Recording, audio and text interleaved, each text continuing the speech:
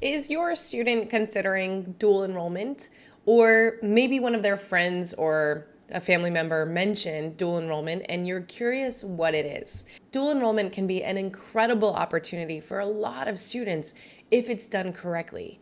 And so in today's video, I'm going to make sure that you understand everything you need to know about dual enrollment, including how it can benefit your family and your student on your path to a debt-free degree. I'm going to cover everything from what you need to know, what dual enrollment is, how it can save you money, the pros, and some of the cons that you need to be aware of, because this does vary by student. Now make sure you hit subscribe, as you should know if you've watched any of my other videos, because every single week we release a new strategy to work towards a debt-free degree. Hello, my name is Jocelyn Pearson, founder of the Scholarship System, where we focus on helping families secure scholarships to avoid student loan debt. Now, in addition to scholarships, there are so many other strategies that families can use to avoid that debt, and this is one of them. So let's go ahead and jump in. Now, comment below, is your student considering dual enrollment, or have they done dual enrollment? And what questions do you have on this topic? I'm happy to reply in the comments. So what is dual enrollment? Dual enrollment is where students can enroll in a class through usually a local community college or a local college, but receive not only college credit, but also high school credit. Now, what are the pros of dual enrollment? Well, first and foremost, it can save you money. So when we're talking about dual enrollment, there's an opportunity that your student can actually save money on college by taking these classes now. I'll explain more in just a bit. Another pro is that it is a great way to experience college before they're fully out of the nest. So when they are enrolled in dual enrollment, they are taking a college class. They are experiencing what it's like to have to study on their own and maybe not have clear outlines for exams, and understanding a professor that's confusing and all the other challenges that they're definitely going to face once they get to college. So it's nice that they're doing this while they're at home so that you as a parent can support them through it. Now, going off of that, another pro is that colleges know that these classes are way more challenging typically than any high school class that they're taking. So this actually can help sell your students. For example, if they're in the admissions process and they really want to show their dedication to their higher education, and they're showing, hey, look, I'm doing dual enrollment and I'm doing well, therefore I can do well at your institution as well. That is an easy sell. So this actually can also make your student much more competitive over students that are not taking these harder classes. Another pro is that if your student has been really moving along with their high school credit hours, and maybe they can even graduate early, or they have more than they need, this is a great way to fill in those gaps while securing credit for college ahead of time. And another pro, which this is only if your student can do well on these classes, is that it can actually buffer their college GPA. So one of the things that you may not know is that colleges have a college-specific GPA, but then students have a college, regardless of which college they went to, they have a college-wide GPA. So really, every college student has 2 GPAs if they've attended multiple universities. So in dual enrollment, these grades will factor into their college-wide, regardless of the specific school GPA, which some employers will ask for. You'll see that on different applications to get into different schools if they plan on transferring. So that GPA can be used, and these dual enrollment classes will be included in those. So let's dive into some of these pros. First, I want to dive into how this can actually save your family money. So with dual enrollment, your student could possibly secure enough credit hours for college to where they can take fewer classes in college in order to graduate. So some students, they'll do this and they'll be able to knock off an entire school year or a semester from their college experience. Now, while that might not sound ideal, honestly, it's going to save them possibly tens of thousands of dollars. And some students, they're okay with it. They'll take an extra semester off, they'll get a job, they'll travel before they start their job. So it gives them a little bit of freedom and flexibility. On the other hand, if your student is pursuing a degree that actually sometimes takes more than 4 years, doing dual enrollment classes can maybe get them back down into that 4-year window. For example, engineering often takes 5 years. That is almost standard. So if your student instead could knock out some general education classes through dual enrollment in high school, then they could probably fit their engineering degree in only 4 years. Now, this can go beyond just a few classes. In fact, a lot of students, when they really dive into dual enrollment, they can graduate high school with an associate's degree. So that is a 2-year degree that they're leaving school with. Now, for some students, maybe an associate's degree is all they need. So they might even be done at the end of a dual enrollment program. Or again, it can free up those 2 years. Also, this can even transfer for career or technical students. So sometimes they only needed a 2-year program. They do it through dual enrollment while they're in high school, and then they can just go ahead right into the workforce once they finish their high school degree. So there's lots of opportunities here, which is why I love this strategy, because no matter what path your student is pursuing, this probably can fit somewhere in their rigor. Now let's talk about money. So in some states, they actually have programs either through the state or through the school district that pays for dual enrollment. So your student might be able to pull this off and not pay a single penny. How incredible would that be?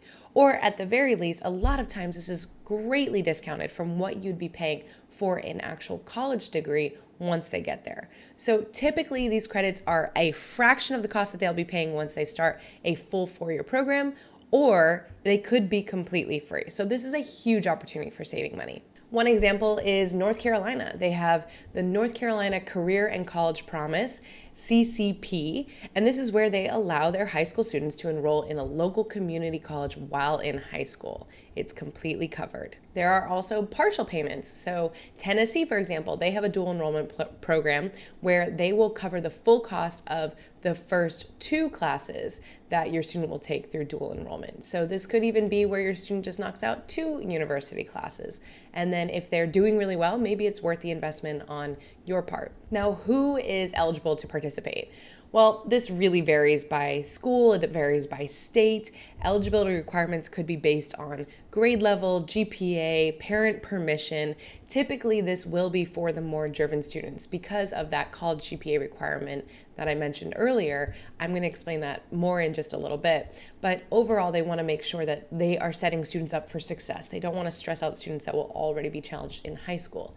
So this is typically for that motivated student that's able to take a more challenging class. Now, again, not all states may offer this, but you should still reach out to the local community college and see if this is an option for your family, if this is something that interests you. You could even have your student do this over the summer if it's not an option during high school. Now, if your family homeschools, your family can still do this as long as your student meets any of the other criteria as far as grades, GPA, eligibility kind of thing. Now, if your student already graduated high school, of course, that ship has sailed. So now it's time to just focus on their college degree, although they can still do summer classes or online classes on the side, as long as they get it. What I recommend is getting it pre-approved by their advisor so they know that the credits will transfer. So actually that leads me into my next point. Are the credits transferable?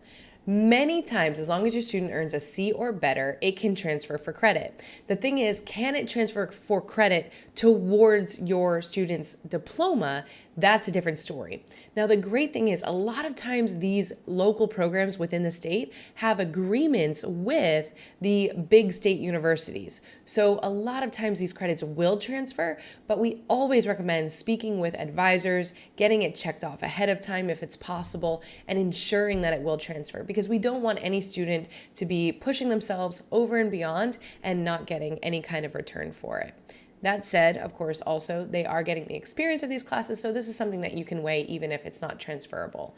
At the very least, typically these would fill in electives. Now, this is also where you might have limitations if your student is considering going to school out of state. They might be less likely to accept these credits. Now, you might be wondering, well, what's the difference between dual enrollment and AP classes? Well, AP classes, which stand for Advanced Placement Classes, these are classes that are taken typically at the high school, and then they just take an exam at the end of the year that gives them college credit. So it's not like as long as they get a C or better in the class, they get college credit. They have to get a certain score on the exam in order to get college credit. And that score can vary by school based on what credits they get. The other thing is that advanced placement classes are taught by, of course, high school teachers, and then dual enrollment classes are taught at the university by professors in that subject. One of the last things I want to talk about are the cons of dual enrollment, because there certainly are cons. This is not a fit for every student, and so it's important that your family understands, is this a good fit for us? So the first con is that grades matter. Something I explained earlier is that college-wide GPA. So this sticks with them no matter how many times they transfer. It is their combination of all of their GPAs regardless of which university they're at. So if your student jumps school to school or decides to transfer, or even their initial application to a university, they will have to show this GPA. So if your student does not do well in a dual enrollment class, this GPA will follow them beyond high school. So that's something to keep in mind. Another con is that this is typically attended at the community college. So your student most likely will have to travel from the high school to the community college throughout the day. This also means that, of course, they'll be stepping away from the high school location and experience and seeing their friends in the hallways, etc.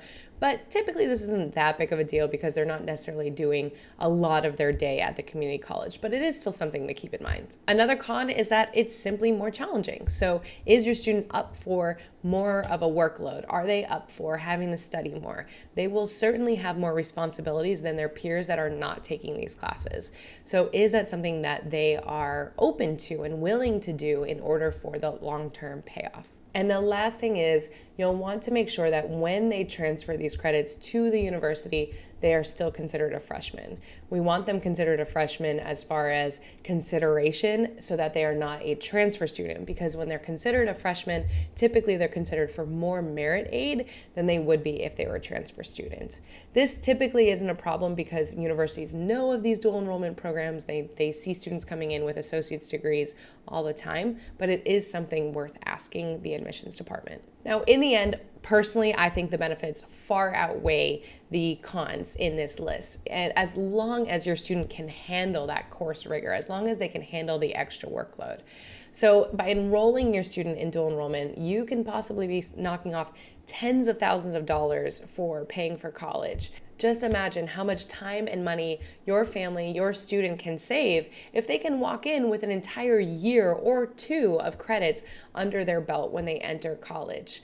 This can be a huge opportunity, and it can also really develop your students so that they are truly ready and set for the college experience rather than just first experiencing it once they walk through those doors. Now, one last thing I want to mention is, even if your student is doing dual enrollment, they should still be applying for scholarships as well, because you still want to get money to cover whatever remaining classes they have. So if you're interested in learning how I secured 6 figures in scholarships and graduated completely debt-free, you can click the link in the description. I have a free training there for you and your family to go through so that you can start finding legitimate scholarships and helping your student knock out those applications as soon as possible. So there you have it. I hope you've learned a lot about dual enrollment. I will see you in the next video.